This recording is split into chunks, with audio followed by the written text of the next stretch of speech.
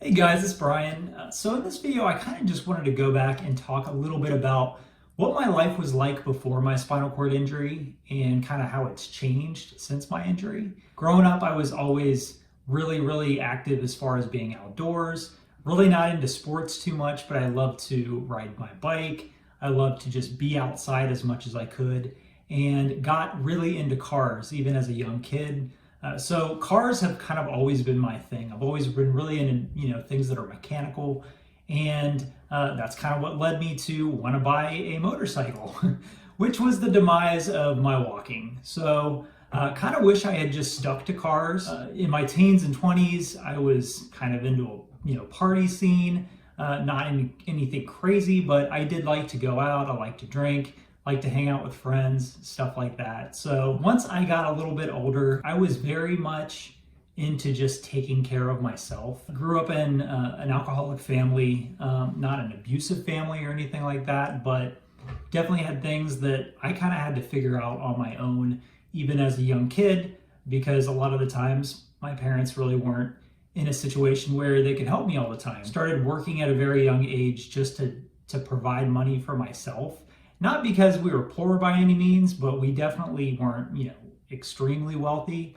I started to save for that car that I really wanted at 11 years old. By 16, I had $7,000 saved up that I was able to, buy my car that I always wanted. It was one of those things that I really was happy that I saw that I could accomplish. It was one of those accomplishments that I felt like, you know what, I can do more things in my life. And went on to get a job, went through college, and started working even when I was in college. By the time I was about 21 years old, I had my own condo, I had a nice car, I had the motorcycle, I had everything that I thought, you know what, this is a big deal for somebody my age. I met my girlfriend Tiffany in 2006, which was 3 years before my injury, and my relationship definitely evolved and changed over the years. We were together for about 3.5 years, and then in 2009, shortly before my accident, it was actually June of 2009,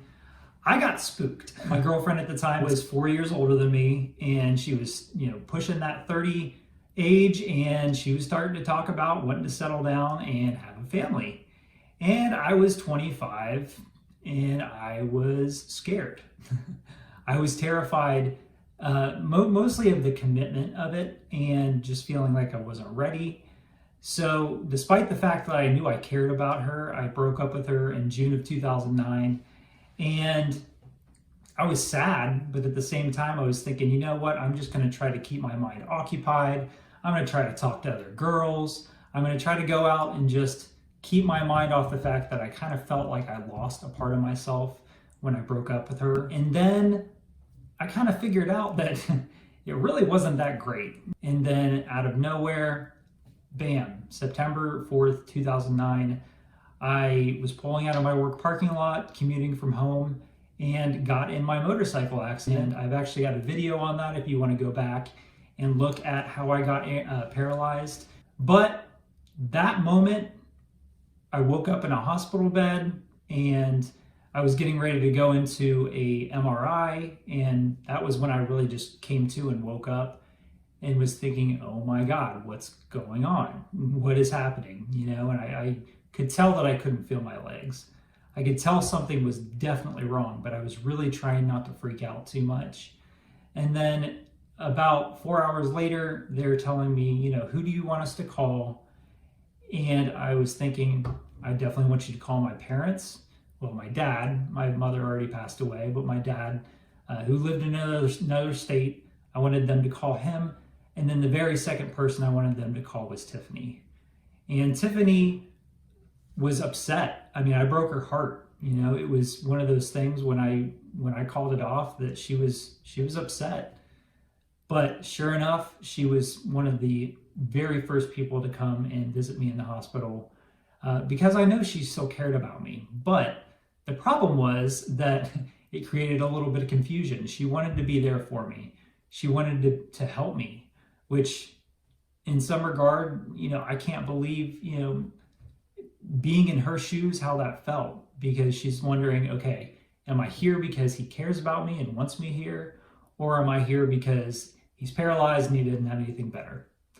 So that was really, really tough. Honestly, when I got first injured, she came back, she moved in with me, but there was still that little inkling of, why am I here? And it took a good 3 years. So throughout the time that I'm trying to get my life back on track, trying to figure out how I'm going to live with this injury, at the same time I'm trying to work on my own relationship and give her the fact of the matter that I realized that I screwed up. It wasn't that I didn't care about her. It was that I was a scared little kid, 25-year-old kid, but kid in my mind. I was not ready to settle down at that time, and she was. Then she found out that I had talked to other girls. That summer that I had broken up with her, I was trying to keep my mind off things. So that even added another layer of things that were kind of screwed up. So when I decided to build my house, because I was living in an apartment for a short time, I built it not knowing the fact if we were going to stay together, what was going to happen to our relationship, because she was still very much on the rocks. She cared about me, she loved me, but she didn't know what my intentions were. And I think that was one of the biggest things that changed with me getting paralyzed, is it made me realize what's really important. The car thing, the having the condo, having the good job, none of that crap mattered. None of that mattered. What mattered was my relationships, how I showed up in my relationships, how I showed up in my friendships. That kind of thing is what I realized kind of separated what was real from what was just superficial. It took years for me to kind of convince her that I'm here, or she's here in my life because I want her here. It's not because I need her here. I've figured out so many things, how to take care of myself. It's really solidified to me how much of a real good person she is. I mean, just think of it. There's not a lot of women that would stick around, especially given the fact that I had broken up with her. And then first person I wanted to talk to after my injury was her. That's got to be a little bit weird for a lot of people. And I'm sure there's women that are going to watch this video thinking she's dumb or you're dumb, But that was what it was. And I honestly think it was her love for me and my love for her that just kept things going. I proposed to her in 2012 and we got married in 2013. And I can honestly say that each year has gotten better. We've gotten stronger as a couple. And I couldn't imagine my life without my wife right now. I mean, we have a beautiful daughter. She's 2.5 years old right now, and she is the absolute best thing that's happened to us.